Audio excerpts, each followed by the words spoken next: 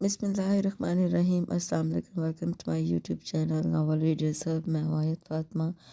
کیسے ہیں آپ سب لوگ؟ رمضان کیسا گزر رہا ہے آپ سب کا؟ ہاں جی، تو جناب آج ہم جو ناول پڑھ رہے ہیں بہت ہی خوبصورت عید بیسڈ ناول ہے۔ میں نے کہا عید آنے والی ہے تو عید سے متعلق بھی کچھ ناول ہونے چاہیے، تو آج میں نے بہت ہی پیارا سیکنڈ میرج بیسڈ عید بیسڈ ناول چوز کیا ہے۔ بہت خوبصورت لو سٹوری ہے، تو چلیے اسٹارٹ کرتے ہیں۔ ناول کا نام ہے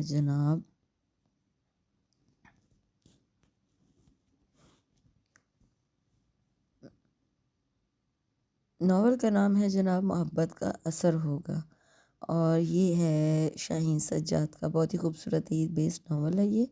یہ آیا تھا 2008 نومبر کے ردا کے شمارے میں۔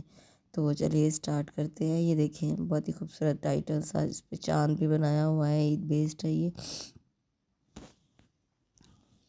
اسے ہجلہ روسی میں بیٹھے کافی دیر ہو چکی تھی۔ بیٹھے بیٹھے اس کی کمر تختہ ہو گئی تھی، انتظار تھا کہ ختم ہونے کو نہ دے رہا تھا۔ اس نے آہستگی سے کمر سیدھی کی اور کمرے پر ایک نظر ڈالی۔ کمرہ بہت سادگی سے سجایا گیا تھا۔ ابھی وہ کمرے کا جائزہ لے رہی تھی کہ باہر قدموں کی چاپ سنائی دی۔ وہ سنبھل کر بیٹھ گئی۔ دروازہ آہستہ سے کھلا اور کوئی چلتا ہوا عین بیڈ کے سامنے آ کھڑا ہوا۔ اسے اپنے دل کی دھک دھک کانوں میں سنائی دے رہی تھی۔ وہ آہستہ سے بیڈ پر بیٹھ گیا۔ دیکھیے محترمہ، میں لگی لپٹی رکھنے کا قائل نہیں ہوں۔ میں صاف صاف بات کرنا پسند کرتا ہوں، اور میں آپ کو بھی کسی غلط فہمی میں نہیں رکھنا چاہتا۔ ارسلان نقوی کی آواز پر اس نے حیرت سے ان کی طرف دیکھا۔ یہ شادی ماں جی کی ضد کا نتیجہ ہے۔ میں اپنی لائف سے بے حد مطمئن ہوں۔ میرا خیال ہے کہ انسان ایک ہی بار شادی کرتا ہے، اور وہ میں مائرہ سے کر چکا ہوں۔ میں نہ کل مائرہ کے تصور سے باہر نکلا تھا، نہ آج اس کے خیالوں سے خود کو آزاد پاتا ہوں۔ اس سے بڑی صفاقی سے ہر حقیقت کو بے نقاب کیا، اور عریشہ خان بت بنی اس کی باتوں کو سنے جا رہی تھی۔ اس کے پلے تو خاک بھی نہ پڑا تھا۔ تم سوچ رہی ہوگی کہ اگر مجھے شادی سے دلچسپی نہیں تھی تو پھر میں نے شادی کیوں کی؟ تو اس کی وجہ ہے یہ دونوں۔ اس نے اٹھ کر دو پیارے پیارے معصوم بچوں کو اس کے سامنے کیا، جنہیں وہ حیرت کی زیادتی کی بنا پر دیکھ نہ پائی تھی۔ وہ دونوں ٹکر ٹکر اس کی صورت تک رہے تھے۔ ماں جی کے خیال میں ان بچوں کو ماں کی ضرورت ہے، اور انہیں کی خاطر انہوں نے مجھے اپنی قسم دے کر شادی کے لیے مجبور کیا ہے۔ پاپا، یہ ہماری ماما ہے نا، بالکل اصلی والی؟ بچوں کے لہجے میں ایک بار پھر ایک یاس بھری تڑپ تھی۔ ہاں بیٹا، یہ آپ کی ماما ہے، اور آج سے یہ آپ کے کمرے میں آپ کے ساتھ رہیں گی۔ اس بات نے عریشہ کو ایک اور جھٹکا دیا۔ چلیے میں آپ کو آپ کا کمرہ دکھا دوں۔ ارسلان کے کہنے کی دیر تھی، عریشہ فوراً سے بیشتر بیڈ سے اتر آئی۔ ایک بات اور یاد رکھیے گا عریشہ خان، میں اپنے بچوں سے بہت پیار کرتا ہوں، اور ان کے سلسلے میں کوئی کوتاہی برداشت نہیں کروں گا۔ وہ بچوں کو لے کر چل پڑا تو وہ بھی آہستہ آہستہ قدموں سے ان کے پیچھے چل پڑی۔ بچوں کو کمرے میں بٹھا کر وہ خاموشی سے نکل گیا۔ اب وہ کمرے کے بیچوں بیچ کھڑی تھی، بھاری کپڑوں میں اور زیورات سے اب الجھن محسوس ہو رہی تھی۔ جس کے لیے تیاری کی تھی وہ تو ایک نگاہ غلط ڈالنا بھی گوارا نہ کر سکا۔ بچے البتہ بہت اشتیاق سے اسے دیکھے جا رہے تھے۔ ماما، آپ کھڑے کیوں ہیں یہاں؟ ہمارے پاس آ جائیں نا۔ بڑے بچے نے اسے یوں کھڑا دیکھا تو کہہ دیا۔ وہ آہستہ آہستہ چلتی بیڈ تک آئی اور ان کے ساتھ بیٹھ گئی۔ بچے بہت پیارے اور سلجھے ہوئے تھے۔ اس نے بے اختیار دونوں کو پیار کیا۔ سب سے پہلے تو بیٹا اپنا تعارف کروائیں۔ اس نے دونوں سے کہا، مما میں عفان ہوں، میں KG1 میں پڑھتا ہوں، اور یہ علیان یہ نرسری میں پڑھتا ہے۔ عفان نے بالکل سنجیدہ انداز میں یوں تعارف کروایا کہ اسے بے ساختہ ہنسی آ گئی۔ میں عریشہ خان ہوں، میں پڑھتی نہیں، اور اب میں آپ کی ماما ہوں۔ عریشہ نے بھی اس کے اسٹائل میں اپنا تعارف کروایا تو دونوں بچے مسکرا دیے۔ اس نے کچھ دیر تو بچوں سے باتیں کی، مگر جلد ہی بچے نیند سے بے حال ہو گئے۔ اس نے دونوں بچوں کو سلا دیا۔ بچوں کے سونے کے بعد اس نے اٹھ کر اپنے کپڑے تلاش کیے، اور کمرے میں رکھے سوٹ کیس پر نظر پڑتے ہی وہ جلدی سے اٹھی اور اس میں سے ایک سادہ سا سوٹ نکال کر واش روم کی طرف بڑھ گئی۔ کافی دیر تک شاور لینے کے بعد کچھ سکون محسوس ہوا تو باہر نکلی۔ نماز پڑھی اور کافی دیر تک دعائیں مانگتی رہی۔ نماز پڑھنے سے دل کو سکون ملا۔ جائے نماز رکھنے کے بعد وہ بیڈ پر آ کر لیٹ گئی۔ نیند آنکھوں سے کوسوں دور تھی۔ ارسلان نقوی، تمہیں اپنے بچوں کے لیے آیا کی ضرورت تھی، اور شاید مجھے بھی سر چھپانے کے لیے ایک چھت کی ضرورت تھی۔ یوں ہم نے ایک دوسرے کی ضرورتوں کو پورا کیا ہے۔ وہ سوچوں کے جال میں الجھی ہوئی تھی۔ ارسلان نقوی، تم کیا جانو عریشہ خان کی زندگی کے بارے میں؟ مجھے زندگی سے آج تک کچھ نہ ملا، تو تم تو پھر ان اپنوں سے بہتر ہو جو میری جھولی میں یہ دو معصوم فرشتے ڈال دیے ہیں، جن کے طفیل زیست کا سفر کاٹنا مشکل نہ ہو شاید۔ عریشہ سوچتے سوچتے نیند کی وادیوں میں داخل ہو گئی۔ افنان اور علیان اس کے دونوں دائیں بائیں سکون کی نیند سو رہے تھے۔ احمد علی خان کی لاڈلی بیٹی تھی عریشہ خان اور سعد علی خان کی لاڈلی بہن۔ احمد علی خان اپنی بیٹی سے بہت پیار کرتے تھے اور اس کی ہر خواہش پوری کرنا اپنا فرض سمجھتے تھے۔ زبیدہ علی خان بھی عریشہ سے بہت پیار کرتی تھی۔ عریشہ کی اپنے بھائی میں جان تھی اور سعد علی خان بھی اس پر جان چھڑکتا تھا۔ عریشہ نے بہت چاؤ سے سعد کی شادی کروائی تھی اور نازک سے ہیرا کو بھابھی کے روپ میں دیکھ کر وہ خوشی سے پھولے نہ سماتی تھی۔ غرض وہ اپنے اس چھوٹے مگر مکمل خاندان کے ساتھ بہت پرسکون زندگی گزار رہی تھی۔ سارا دن چھوٹی چھوٹی شرارتیں کر کے سب کا دل خوش کرتی، مگر اسے کیا خبر تھی کہ تقدیر اس کے ساتھ ایسا مذاق کرے گی کہ وہ ہنسنا تو درکنار مسکرانا بھی بھول جائے گی۔ احمد علی خان اور زبیدہ علی خان حج پر روانہ ہوئے اور کون جانتا تھا کہ یہ سفر ان کا ملک عدم کا سفر ثابت ہوگا۔ پلین کے حادثے میں دونوں ہی اس کی دنیا اندھیر کر گئے۔ کئی دن تک وہ بولائی پھرتی رہی۔ سعد ہر ممکن اس کا خیال رکھتا۔ شروع میں ہیرا نے بھی اس کی دلجوئی کی، مگر کب تک؟ آہستہ آہستہ اس نے اچھائی کا لبادہ اتار پھینکا۔ سعد کی موجودگی میں تو لحاظ کرتی، مگر اس کی غیر موجودگی میں اس کا جینا دوبھر کر دیتی۔ عریشہ کے لیے یہ سچویشن بہت تکلیف دہ تھی۔ اب تو سعد بھی اس کی طرف سے لاپرواہ رہنے لگا تھا۔ یہ حالات عریشہ جیسی نازک لڑکی کے لیے بہت تکلیف دہ تھے۔ ابھی وہ BA کے پیپر سے فارغ ہوئی تھی کہ اس نے سنا کہ اس کے رشتے کے لیے چند خواتین آئی تھیں۔ وہ ان لوگوں کے بارے میں کچھ نہیں جانتی تھی اور اسے بتانے کا ارادہ تو شاید کسی کا تھا بھی نہیں۔ رات وہ چائے دینے بھائی کے کمرے کی طرف آئی کہ اپنا نام سن کر رک گئی۔ دیکھو ہیرا، ارسلان میں کوئی خامی تو نہیں، لیکن میرا خیال ہے ہمیں ایک بار اچھی طرح سوچ لینا چاہیے۔ یہ فیصلے اتنی جلد بازی میں نہیں کرنے چاہیے، سعد نے دبی زبان میں کہا۔ میرا نہیں خیال کہ مزید سوچنے کی ضرورت ہے۔ آج کل اچھے رشتے ملنا آسان تھوڑی ہیں، اور پھر یہ بھی دیکھے نا کہ وہ لوگ جہیز کے نام پر پھوٹی کوڑی بھی نہیں لے رہے۔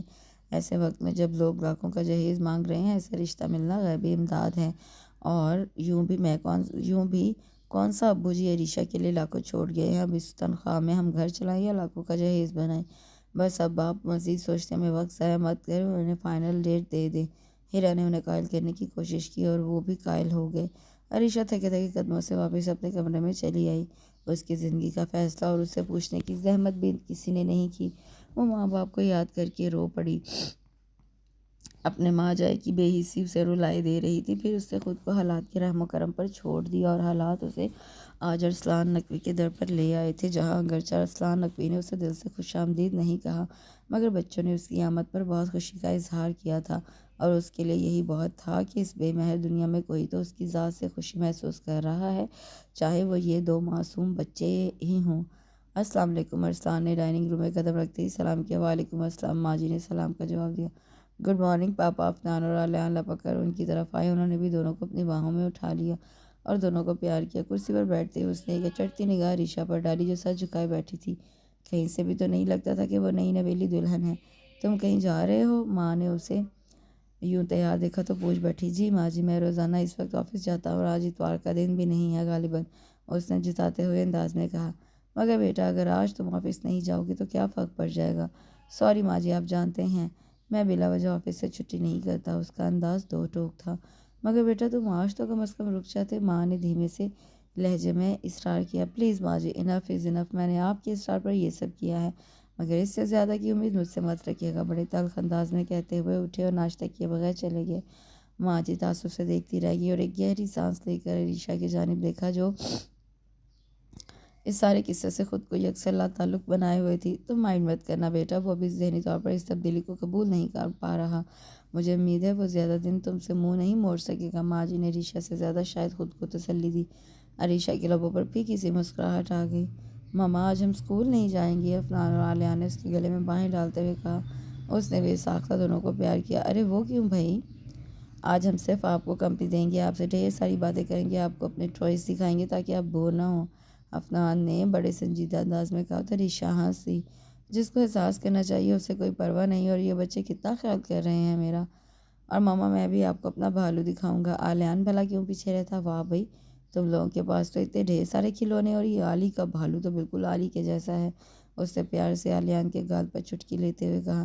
ماما، ہم اپنے دوستوں سے آپ کو ملوائیں گے۔ اب تو ہماری مما بھی ہیں، اور پتہ ہے ہماری مما سب سے پیاری ہیں۔ بچے اپنی محرومیوں کو اس کی ذات سے دور کر رہے تھے، اور عریشہ نے بھی ان معصوم بچوں کے دل کا خیال رکھا۔ بالکل، ہم آپ کے سارے دوستوں سے ملیں گے، کیوں ٹھیک ہے نا؟ بالکل ٹھیک مما جانو۔ دونوں اس کے گلے میں جھول گئے اور ان معصوموں کی شرارتوں میں وہ اپنا دکھ بھولنے لگی تھی۔ ارسلان اپنی اسٹڈی میں بیٹھے کسی فائل کی ورک گردانی میں مصروف تھے۔ دفعتاً ہلکی سی دستک کے بعد ماں جی اندر داخل ہوئیں۔ ارسلان ان کو اس وقت اسٹڈی میں دیکھ کر چونک گئی۔ کوئی کام تھا تو مجھے بلوا لیا ہوتا ماں جی، آپ نے کیوں زحمت کی؟ ارسلان نے اٹھ کر ماں جی کو شانوں سے تھام کر صوفے پر بٹھایا اور خود ان کے ساتھ بیٹھ گئے۔ جب بچے بڑے اور خود سر ہو جائیں تو ماں باپ کو ان تک چل کر آنا پڑتا ہے بیٹا۔ ماں جی کی آواز میں برسوں کی تھکن تھی۔ میں سمجھا نہیں ماں جی، آپ کہنا کیا چاہتی ہیں؟ ارسلان کو الجھن ہوئی اس انداز پر۔ دیکھو بیٹا، جب تم نے اس معصوم کو میرے کہنے پر اپنی زندگی میں شامل کر ہی لیا ہے تو اب اس کے ساتھ یہ سلوک جائز نہیں۔ تم نے تو اسے اپنے کمرے تک میں نہیں رکھا، یہ زیادتی ہے بیٹا۔ ماں جی نے بڑے نپے تلے انداز میں اس کی زیادتی کا اسے احساس دلایا۔ ارسلان کے ماتھے پر ناگواری کی لکیریں ابھر آئیں۔ میں نے آپ سے پہلے بھی کہا تھا ماں جی کہ میں یہ سب نہیں کرنا چاہتا۔ میں آج تک مائرہ کو نہیں بھول سکا، پھر میں اس کو کچھ کیسے دے سکتا ہوں؟ پلیز ماں جی، میں بہت مجبور ہوں۔ گستاخی معاف، میں آپ کی یہ بات نہیں مان سکتا۔ ارسلان کے انداز میں بے چارگی نمایاں تھی۔ ماں جی نے ایک تھکی ہوئی نظر ان پر ڈالی اور بغیر کچھ کہے آہستہ سے اٹھی اور دھیرے سے چلی گئی۔ ان کے جانے کے بعد ارسلان وہیں صوفے کی بیگ پر سر رکھے بیٹھا رہا۔ ماں جی، میں کیسے اس لڑکی کو اپنی زندگی میں شامل کر لوں؟ میں مائرہ سے بے وفائی نہیں کر سکتا۔ شادی دو جسموں کا نہیں، دو روحوں کا ملاپ ہے اور میری روح کا ملاپ مائرہ سے ہو چکا ہے۔ اب کسی اور کی بالکل گنجائش نہیں ہے۔ ماما، میں نوڈلز کھاؤں گا، آپ کے ہاتھ کے بنے، افنان نے عریشہ سے فرمائش کی۔ اوکے بیٹا، ہم ابھی اپنے بیٹے کے لیے نوڈلز بناتے ہیں۔ اور آلیان، آپ کیا کھاؤ گے جانو؟ اس نے آلیان کے پھولے پھولے گالوں کو چومتے ہوئے پوچھا۔ میں بھی نوڈلز کھاؤں گا ماما۔ آلیان نے بھی نوڈلز کی فرمائش کی۔ عریشہ دونوں کو لے کر کچن میں آ گئی، دونوں کو چیئر پر بٹھایا اور خود ان کے لیے نوڈلز بنانے لگی۔ ماما، آپ کو نوڈلز بنانے آتے ہیں نا؟ بخشو بابا بالکل بھی اچھے نوڈلز نہیں بناتے۔ افنان نے بخشو بابا کی شکایت لگائی۔ جناب، ہم آج آپ کو ایسے نوڈلز بنا کر کھلائیں گے کہ بخشو بابا کے ہاتھ کے بنے نوڈلز بھول جائیں گے، عریشہ نے تفاخر سے کہا۔ اچھا جی، آپ کی مما کے آگے اب میرے بنے ہوئے کھانوں میں برائیاں نظر آ رہی ہیں؟ پہلے تو بہت فرمائشیں کر کر کے بنواتے تھے۔ بخشو بابا نے آنکھیں نکالی تو عریشہ ہنس پڑی۔ مجبوری تھی نا بخشو بابا، دادو بھی تو نہیں بنا سکتی تھی نا؟ افنان نے معصومیت سے آنکھیں پٹپٹائیں اور ان کی شرارت پر عریشہ کے ساتھ بخشو بابا بھی ہنس پڑے۔ عریشہ نے جھٹ پٹ نوڈلز بنائے اور باؤل میں نکال کر ان دونوں کے برابر آئی اور پھر بڑے پیار سے دونوں کو نوڈلز کھلانے لگی۔ بچے بھی اس کے ہاتھوں سے کھانا کھا کر خوش ہوتے رہے۔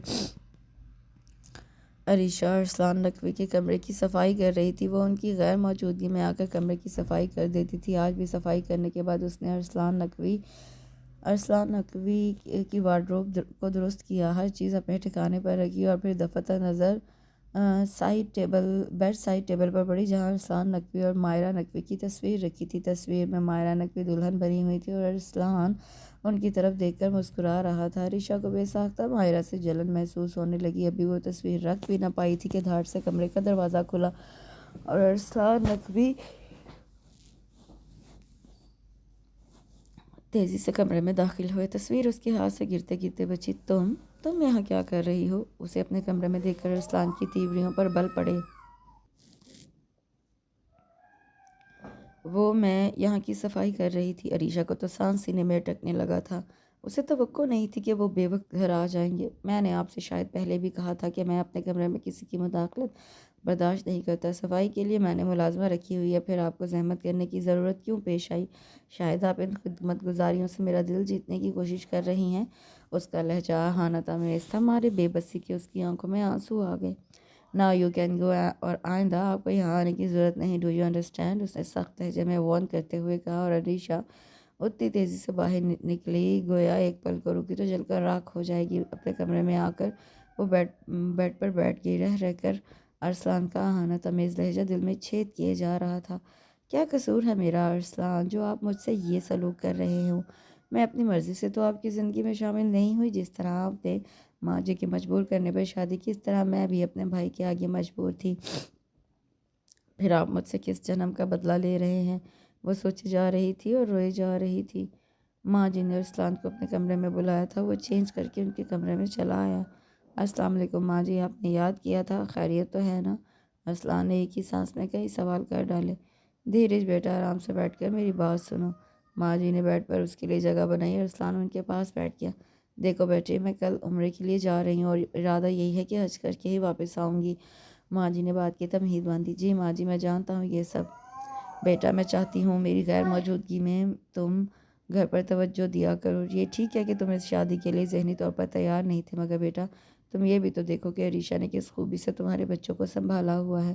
تمہاری بے رخی کے باوجود وہ تمہارے بچوں کو سگی ماں سے بڑھ کر پیار کرتی ہے۔ بیٹا، جانی مرے ہوئوں کے ساتھ مارا نہیں جاتا، زندہ لوگوں کا حق مرے ہوئوں سے زیادہ ہوتا ہے۔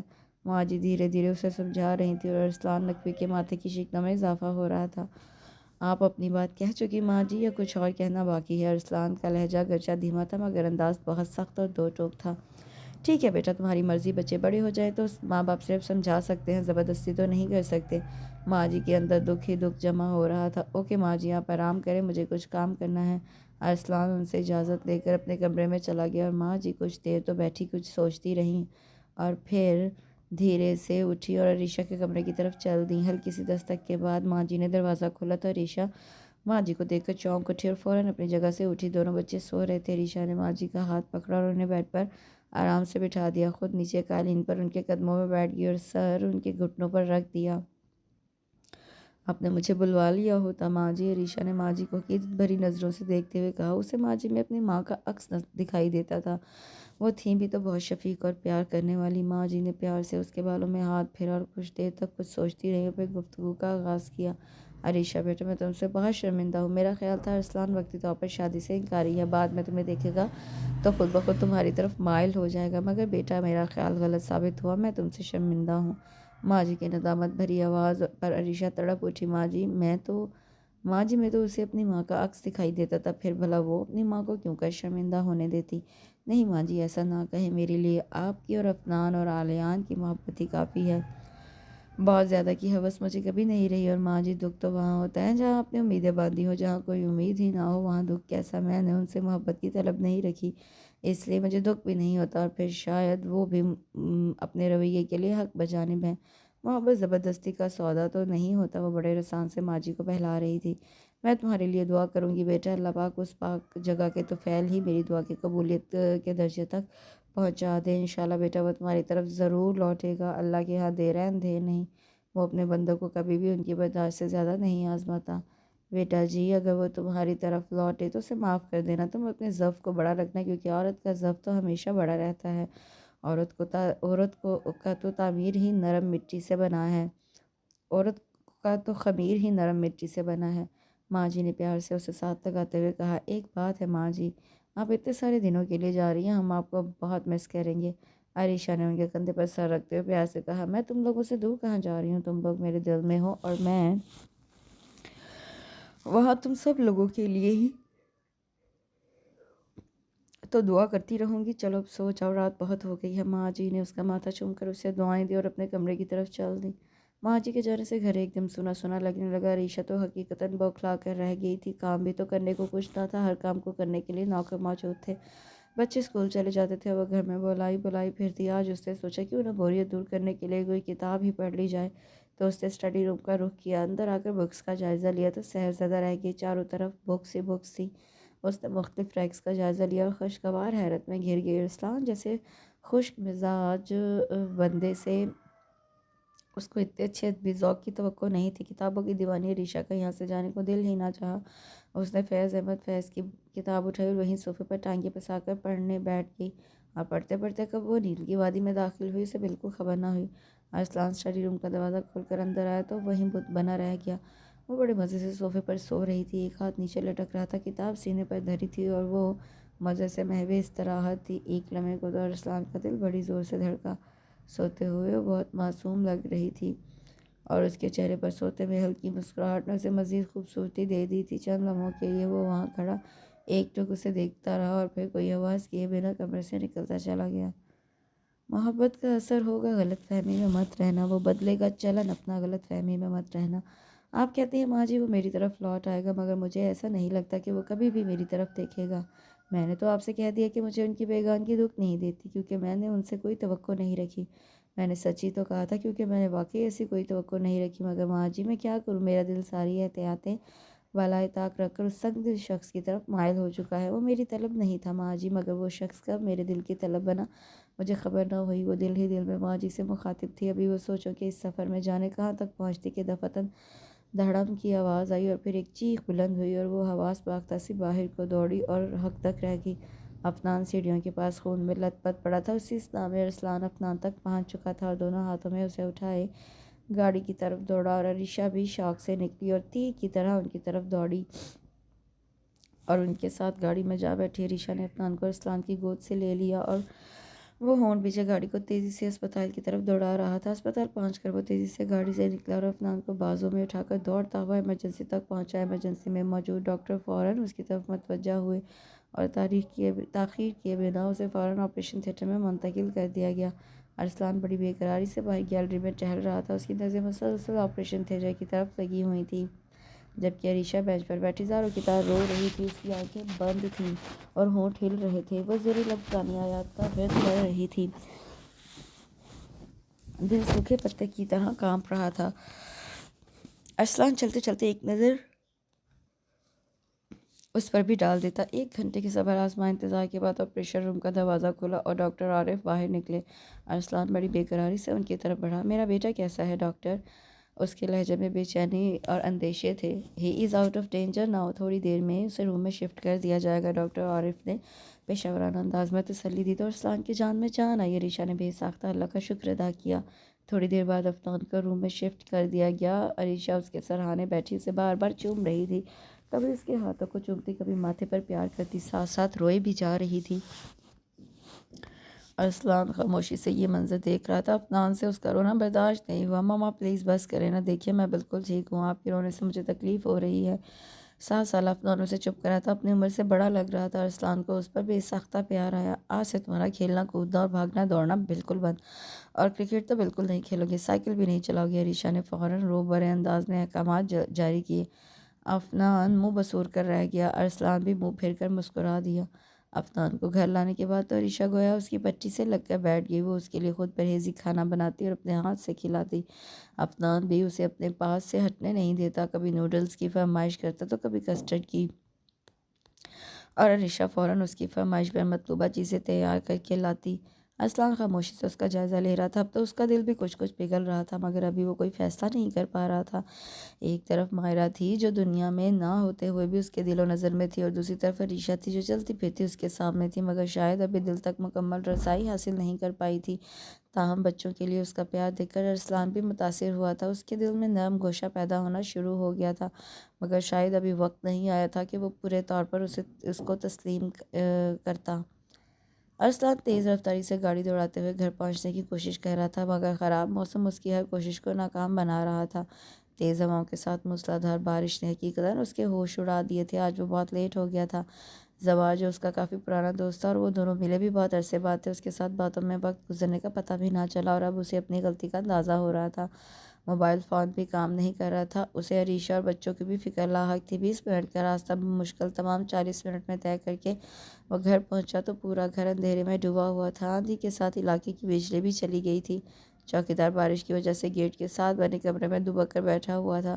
اس نے موبائل کی لائٹ آن کی اور تیز تیز قدموں سے چلتا ہوا اندر آیا۔ اسے اس میں لائٹ بھی آ گئی تھی۔ وہ فوراً بچوں کے کمرے کی طرف بڑھا۔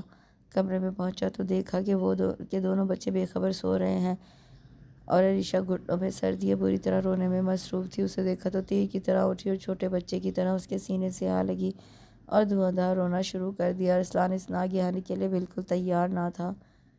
وہ تو بس حق تک کھڑا رہ گیا، اور عریشہ بے خودی میں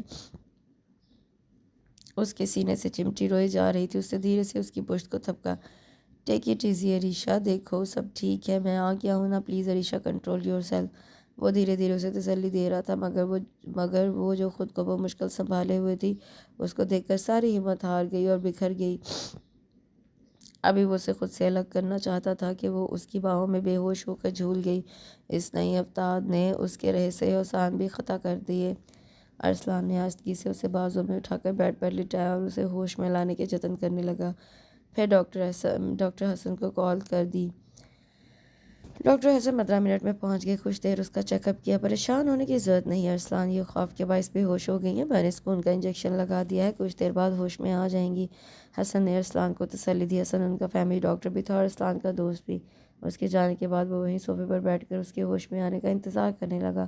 وہ بے خیالی میں اسے دیکھے جا رہا تھا جو سوتے میں بہت معصوم اور خوبصورت لگ رہی تھی۔ کچھ دیر کے بعد وہ نیند میں قسمت آئی تو وہ چونک اٹھا، جلدی سے اس کے قریب چلا آیا۔ اب کیسا فیل کر رہی ہو؟ اس نے نرمی سے قریب آ کر پوچھا۔ عریشہ کے سارے حواس انہیں اتنا قریب دیکھ کر یکدم بیدار ہو گئے۔ وہ جلدی سے اٹھنے لگی مگر سر چکرا کر رہ گیا۔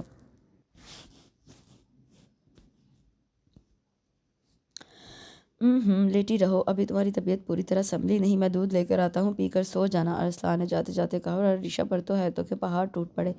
اسے لگ رہا تھا کہ وہ کوئی حسین خواب دیکھ رہی ہے جو آنکھ کھلنے پر ٹوٹ جائے گا۔ تھوڑی دیر بعد ارسلان دودھ کے ساتھ چند بسکٹ لے آیا۔ اسے کھا کر آرام سے سو جائیں، گھبرانے کی ضرورت نہیں، میں اپنے کمرے میں ہوں۔ ارسلان نے ٹرے ٹیبل پر رکھی اور اسے تسلی دیتے ہوئے کمرے سے چلے گئے۔ عریشہ کو تو ان کے رویے سے حیرت کا شکار ہوتی رہی۔ ماما، ہماری ٹیچر کہہ رہی تھی کل سے رمضان شروع ہو جائے گا، سب مسلمان روزے رکھیں گے۔ افنان نے اپنی معلومات سے آگاہ کیا۔ ہاں بیٹا، آپ کی ٹیچر بالکل ٹھیک کہہ رہی تھی، ہم سب مسلمان روزے رکھیں گے انشاءاللہ۔ عریشہ نے اس کی تائید کی۔ ماما میں بھی روزہ رکھوں گا، افنان نے کہا۔ اور میں بھی ماما۔ اوکے چلو اب کھانا جلدی ختم کرو۔ وہ دونوں کو نوالے بنا بنا کر کھلا رہی تھی۔ ارسلان بظاہر تو کھانے میں مگن تھا مگر دھیان ان تینوں کی طرف تھا۔ افنان اور آلیان عریشہ کے آنے سے کتنے خوش ہیں۔ ارسلان نے ان کے خوشباش چہروں پر نظر ڈالی تو مطمئن ہو گیا۔ ماما آپ مجھے سحری کو اٹھائیں گی نا؟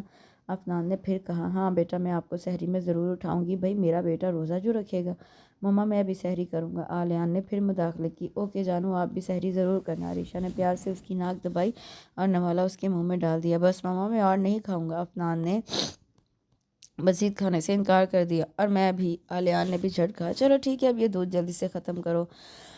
عریشہ نے دونوں کی طرف دودھ کا گلاس بڑھایا۔ میرا دل نہیں چاہ رہا ماما، دونوں کو دودھ سے چیڑ تھی۔ اب بھی افنان نے دودھ دیکھ کر منہ بنا لیا۔ ٹھیک ہے، پھر آپ کو سحری میں روزہ رکھنے کے لیے نہیں اٹھاؤں گی۔ عریشہ نے گلاس اس کے ہاتھ سے لے لیا، آلیان نے جھٹ گلاس منہ سے لگا لیا۔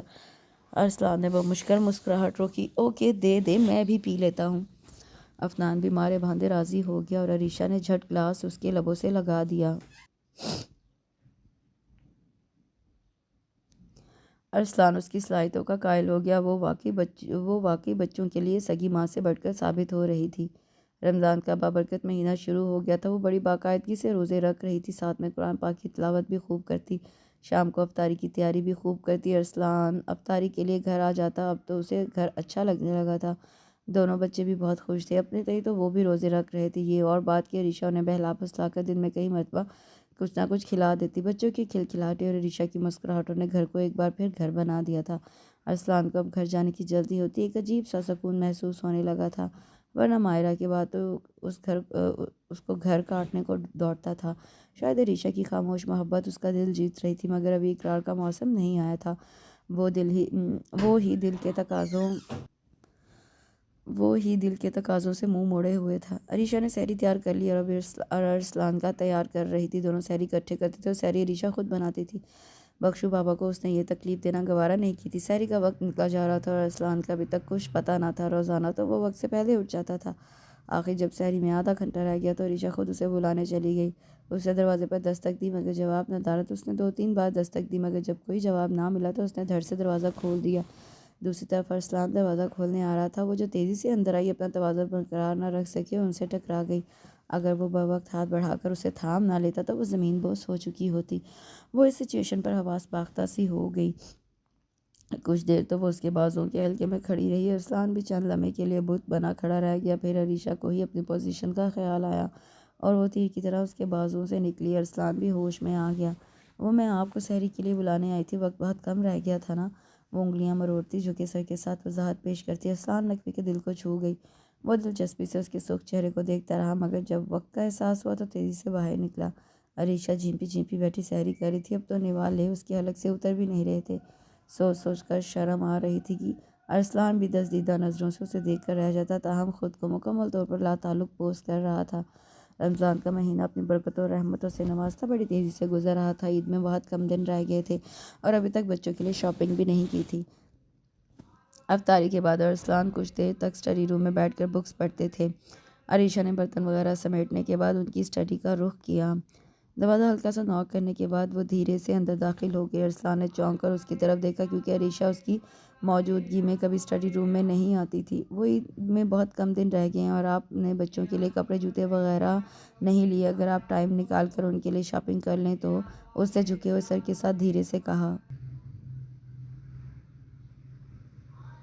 ٹھیک ہے، میرا خیال ہے ابھی چلتے ہیں، آپ بچوں کو تیار کر لیں۔ ارسلان نے فوراً بک بند کی اور کھڑا ہو گیا۔ عریشہ بھی باہر نکلی اور جلد سے جلد بچوں کو یہ خوشخبری سنائی۔ بچوں نے سنا تو بڑے خوش ہوئے اور جلدی جلدی تیار ہونے لگے، اور پھر 15 منٹ بعد یہ مختصر سا قافلہ بازار کی جانب رواں دوا تھا۔ عید کی آمد کی وجہ سے تاریک روڈ پر تل دھرنے کو جگہ نہ تھی۔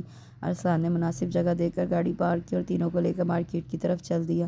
افنان اور علیان جس چیز پر ہاتھ رکھتے ارسلان فوراً خرید لیتا۔ دونوں نے اپنے لیے ڈھیروں چیزیں خریدی۔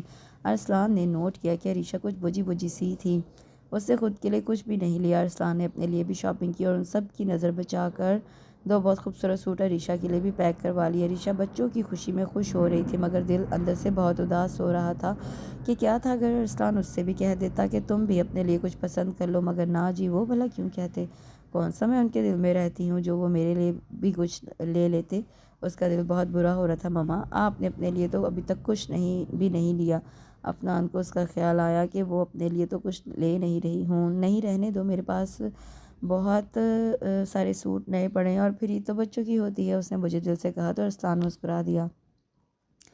سارے گلے شکوے بھلا دوں گا میری جان، بس ایک ذرا سا انتظار، اس نے دل ہی دل میں اس سے مخاطب ہو کر کہا۔ کاش افنان تمہاری طرح تمہارے پاپا کو بھی خیال رہتا، مگر ہائے قسمت، خیر نہیں تو نہ صحیح، میں کون سا مری جا رہی ہوں ان کی دی ہوئی چیزوں کے لیے، اس نے خود سے کہا، مگر دل اس کی اس نادانی پر بری طرح ہنس پڑا۔ کافی کچھ خریدنے کے بعد انہوں نے واپسی کا قصد کیا۔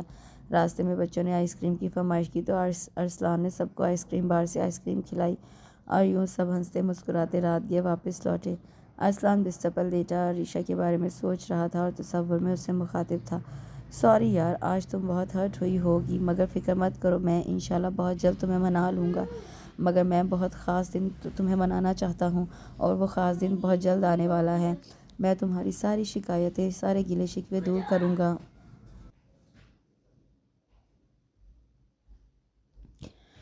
وہ اسے دل میں مخاطب کیے ہوئے تھا اور ساتھ دھیمے دھیمے مسکرا بھی رہا تھا۔ کچھ دیر وہ یوں ہی لیٹا اور پھر اٹھا اور مائرہ کی تصویر کے سامنے کھڑا ہو گیا۔ سوری مائرہ، میں تم سے بے وفائی کرنے کا سوچ بھی نہیں سکتا۔